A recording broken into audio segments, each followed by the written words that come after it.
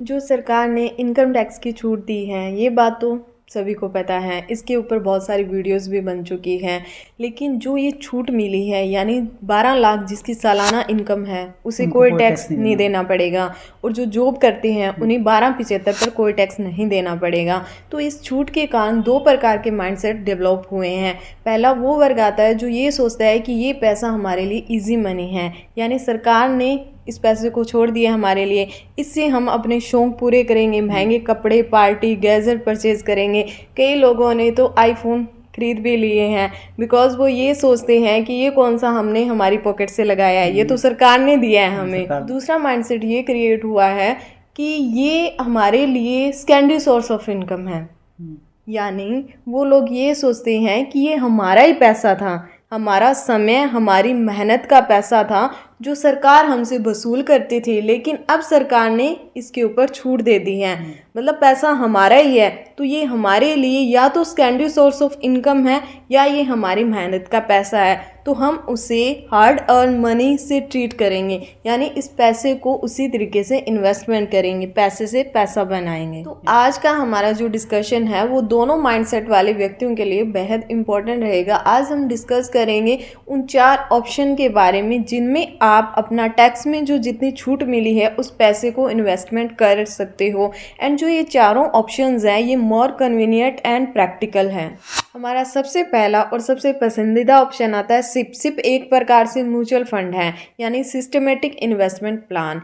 इसके अंदर आपको मंथली आप अपने हिसाब से जितनी टैक्स में छूट मिली है 5,000 से 10,000 तक, किसी की 7,000 है, किसी की 8 है, किसी की 9 तो किसी की 10, उसके अकॉर्डिंग आप अपनी सिप स्टार्ट करवा सकते हो। इसमें आपको एक्सपेक्टेड रिटर्न जो इक्विटी है उसमें आपको 10 से लेकर 15% तक मिल सकता है। एंड जो हाइब्रिड है उसमें आपको 8 से लेकर 12% तक का रिटर्न मिल सकता है। अभी जो आपने बताया इक्विटी और हाइब्रिड जो सिप हैं इनमें क्या डिफरेंस रहेगा?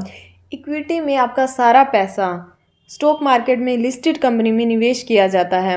इसमें रिस्क थोड़ा हाई रहता है, वहीं आपको रिटर्न भी हाई मिलते हैं। 18% तक का रिटर्न मिल सकता है लॉन्ग टर्म में, यदि आप सिप में कंपाउंडिंग बनाए रखते हो। दूसरा आता है हाइब्रिड सिप। इसमें क्या होता है कि कुछ पैसा आपका इक्विटी यानी स्टॉक मार्केट में लिस्टेड कंपनी में जाता है, प्लस में कुछ पैसा बॉन्ड्स या डेट में जाता है, जिससे क्या है कि इसकी ग्रोथ होती है वो स्टेबल होती है, रिस्क कम होता है, वहीं आपको रिटर्न भी कम मिलता है। 8 से 12% तक का आपको लॉन्ग टर्म में रिटर्न मिल सकता है यदि आप कंपाउंडिंग को बनाए रखते हो। तो ये दोनों ऑप्शन है। यदि आपको इतनी समझ नहीं है, आपको एक स्टेबल ग्रोथ चाहिए, रिस्क कम लेना है, तो आप हाइब्रिड सिप का ऑप्शन सिलेक्ट कर सकते हो। या दूसरा इसमें ये भी कर सकते हो कि आपकी ऑलरेडी सिप स्टार्ट है तो उसमें आपको टैक्स में जितनी छूट मिली है उसी में आप अपना पैसा डाल सकते हो। मान लो कि आपकी 10,000 मंथली सिप स्टार्ट थी पहले से, अब आपको 5,000 मंथली छूट मिली है टैक्स में, तो 15,000 की आप सिप स्टार्ट कर सकते हो। दूसरा ऑप्शन आता है रियल एस्टेट का। रियल एस्टेट में आप लोन लेकर जिसकी ईएमआई जितना आपको टैक्स में छूट मिली है उसके इक्वल हो उतनी आप रियल एस्टेट में इन्वेस्टमेंट कर सकते हो। अब रियल एस्टेट में आप कोई मकान ले सकते हो, प्लॉट, फ्लैट तो इतने में आएगा नहीं, या आप कोई कमर्शियल पर्पज से कोई दुकान वगैरह खरीद सकते हो। हाँ, और एक ऐसा सिस्टम बनाए कि यदि आपके पास ज़मीन नहीं है तो आप ज़मीन खरीदें, यानी आपने प्लॉट लेना है।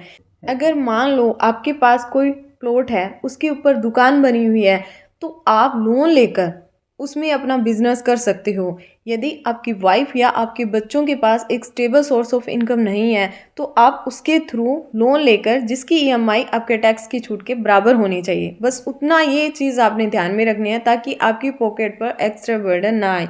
आप इस प्रकार से रियल एस्टेट में इन्वेस्टमेंट कर सकते हो।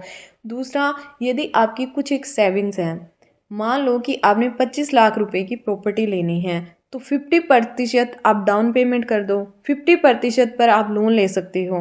क्योंकि 25 साल का एक हम आइडिया लें तो 13 लाख रुपए पर 25 साल हर महीना आपको 10,000 रुपये की ईएमआई बनेगी, राइट। तो आप इस प्रकार से अपनी रियल एस्टेट में इन्वेस्टमेंट कर सकते हो।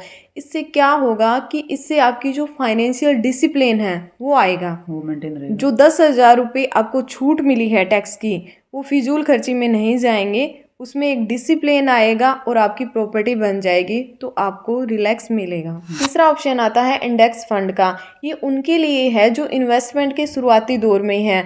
वो स्टॉक मार्केट में इन्वेस्टमेंट तो करना चाहते हैं, बट उन्हें ये समझ नहीं है कि किस प्रकार से कंपनी का एनालिसिस करना है, कौन से स्टॉक पर कब एग्जिट लेना है, कब एंट्री लेनी है। उन्हें इस चीज़ की कोई समझ नहीं है, तो उनके लिए इंडेक्स फंड है वो बेहतरीन ऑप्शन है। इसमें इसकी फ़ीस है वो भी कम होती है एंड आपको एक्सपेक्टेड रिटर्न है वो 10 to 12% मिल जाता है। इंडेक्स फंड एक प्रकार का म्यूचुअल फंड ही होता है जो stock market index like Nifty 50, Sensex आदि को ट्रैक व रिप्लिकेट करता है।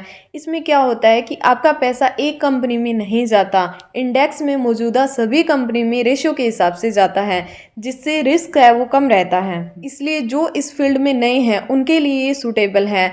इसमें क्या होता है कि आप जब चाहो अपना पैसा निकाल सकते हो, यानी लॉक इन पीरियड नहीं है, लिक्विडिटी हाई है, आप अपनी मर्जी से अपना पैसा विड्रॉ कर सकते हो। यदि आप कंपाउंडिंग बनाए रखते हो तो आपको 10 to 12% का रिटर्न मिल जाता है, जो कि एक अच्छा रिटर्न माना जाता है। तो ऑप्शन आता है रिकरिंग डिपॉजिट यानी आरडी। आरडी एफडी की तरह ही काम करता है। एफडी में क्या होता है कि आप एक साथ अपना सारा पैसा जमा करवाते हो। आरडी में एसआईपी की तरह यानी सिप की तरह आप किस्तों में पैसा जमा करवाते हो। एक फिक्स्ड अमाउंट यानी 5,000 की या 6 की, 7 की, जितना भी आप अपने अकॉर्डिंग किस्त जमा करवाते हो, जो कि मंथली जाती हैं। बट आरडी में क्या होता है कि इसमें इन्वेस्टमेंट तो आप सिप की तरह करते हो, बट आपको रिटर्न है वो एफडी की तरह मिलेगा। इसमें आपको 7% तक का रिटर्न मिल जाता है, रिस्क है वो 0 है, फिक्स्ड अमाउंट में आपको रिटर्न मिलता है। लेकिन यदि आप लंबे समय तक इसे एज ए इन्वेस्टमेंट टूल देखते हो तो वो समझदारी वाली बात नहीं है।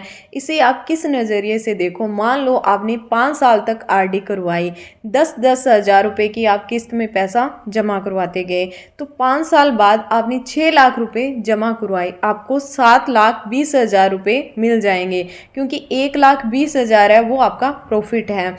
अब जो 7,20,000 रुपये हैं आपने उसकी फर्दर रिस्ट्रक्चरिंग करनी है। जैसे आप इस पैसे को गोल्ड में इन्वेस्टमेंट कर सकते हो, रियल एस्टेट में यदि कोई एसेट बना रहे हो, आप प्रॉपर्टी बना रहे हो, तो उसकी डाउन पेमेंट में आप इसका यूज़ कर सकते हो। या आपको फ्यूचर में कोई अपॉर्चुनिटी दिख रही है तो उसे ग्रैब करने के लिए आप इस पैसे का यूज़ कर सकते हो।